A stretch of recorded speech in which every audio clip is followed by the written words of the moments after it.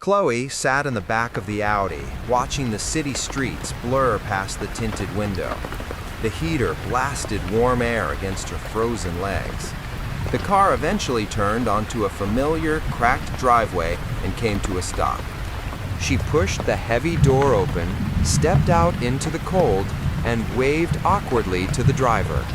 She turned and walked up the concrete path to the suburban house. The paint on the porch railing was peeling.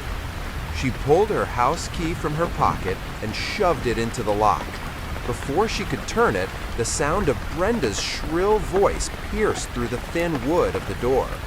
Chloe pushed the door open. She stepped into the living room and froze. Cardboard boxes were stacked waist-high across the carpet. Her winter coats, her books, and her cheap shoes were crammed into the open flaps. Brenda ended her phone call and spun around. When she saw Chloe, a wide, synthetic smile stretched across her face. "Well, did you get it done?" Brenda asked, taking a step forward. Chloe unzipped her tote bag. She pulled out the marriage certificate and held it up for 2 seconds before shoving it back in. Brenda's eyes lit up. The greed in her expression made Chloe's stomach twist. "Perfect," Brenda said. She pointed a manicured finger at the boxes. "I went ahead and packed your things. You can move out today." Chloe's throat tightened. You could not wait one single day? "Newlyweds need to build their bond," Brenda said, waving a hand in the air. "Besides, Caleb needs the extra space for his gaming setup. Your old room is perfect for it." Chloe stepped toward the boxes.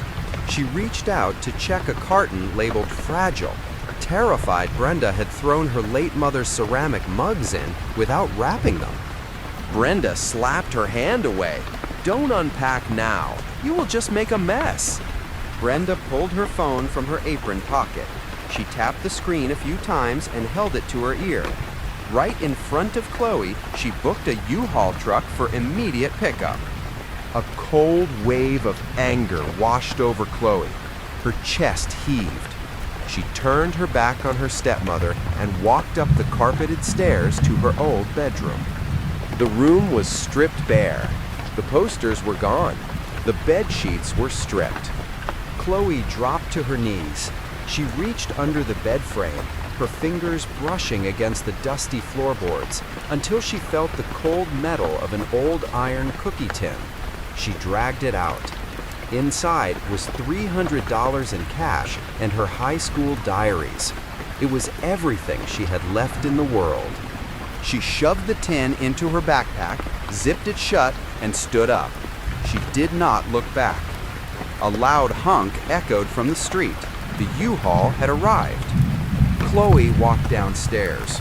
Brenda hovered near the door, offering to carry a box. Chloe ignored her, bent down, and hoisted the heaviest carton of books into her arms. She carried the box out the front door, the wind biting at her cheeks, and shoved it into the back of the truck. Brenda walked down the driveway. She pulled a wad of cash from her pocket and handed it to the U-Haul driver. "Keep the change," Brenda said loudly. Chloe stared at the transaction. Brenda was notoriously cheap. The fact that she was willing to pay for the moving truck just to get Chloe off the property felt like a physical slap to the face. Chloe slammed the back door of the truck shut. She walked around to the passenger side and climbed into the cab. The engine roared to life. Chloe looked in the side mirror as the truck pulled away. The old suburban house shrank into the distance. The tight band around her chest finally snapped. She was free. "Where to?" the driver asked, chewing on a toothpick. Chloe pulled the card Harrison had given her from her pocket. She read the address out loud. "That is a pricey zip code, lady." Chloe frowned. She looked out the window as the truck merged onto the highway. Harrison was a project manager. How could he afford rent in a high-end district? She assumed he must be terrible with his finances, blowing his paycheck on a flashy address. The scenery outside changed. The strip malls faded, replaced by towering glass facades and manicured sidewalks. Luxury sedans lined the streets. The U-Haul turned a corner and stopped in front of a massive steel and glass apartment building. A large fountain bubbled near the entrance. A security guard in a tailored uniform saw the rusted U-Haul and immediately marched toward the driver's window, raising his hand to shoo them away. Chloe rolled down her window. Her palms were sweating. "I am here for Harrison Montgomery, apartment 4501. The guard stopped dead in his tracks. He pulled a tablet from his belt, tapped the screen, and his posture instantly shifted. He stood up straight and pointed toward the loading dock with extreme politeness. "Right this way, ma'am.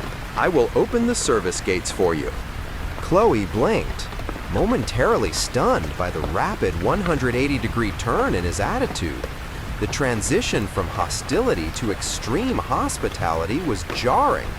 She swallowed hard, guessing that Harrison must have called ahead to register her arrival, or perhaps the property management here was just trained to be incredibly dramatic to avoid complaints from tenants. Chloe pushed the heavy truck door open and jumped down to the pavement. She craned her neck, looking up at the penthouse levels disappearing into the clouds. A deep sense of dread settled in her stomach. She had severely misjudged her new husband's financial situation.